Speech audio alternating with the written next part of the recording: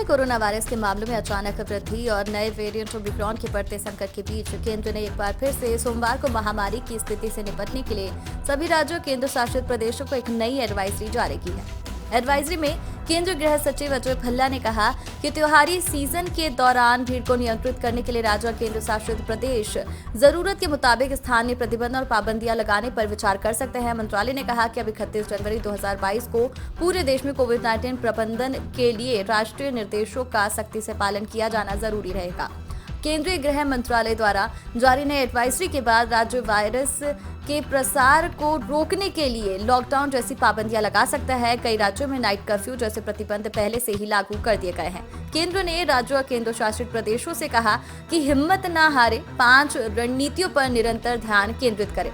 Test, track, treat, टीकाकरण और कोविड-19 में वृद्धि की संभावना से बचने के लिए कोविड के उचित व्यवहार का पालन।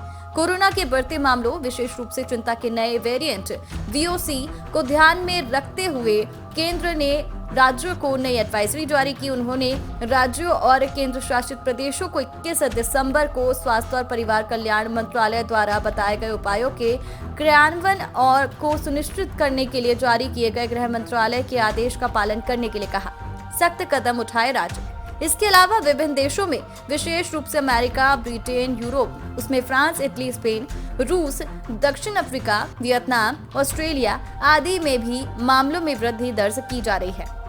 भल्ला ने कहा कि 21 दिसंबर की स्वास्थ्य मंत्रालय की एडवाइजरी में एक मानक ढांचा प्रदान किया गया और कई राज्यों में डेल्टा वेरिएंट की विशिष्ट उपस्थिति और ओमिक्रॉन मामलों का पता लगाने के साथ स्थानीय और जिला स्तरों पर अधिक दूरदर्शिता, डेटा विश्लेषण, गतिशील निर्णय लेने और सख्त और तुरंत रोकथाम कार्रवाई की आवश्यकता है।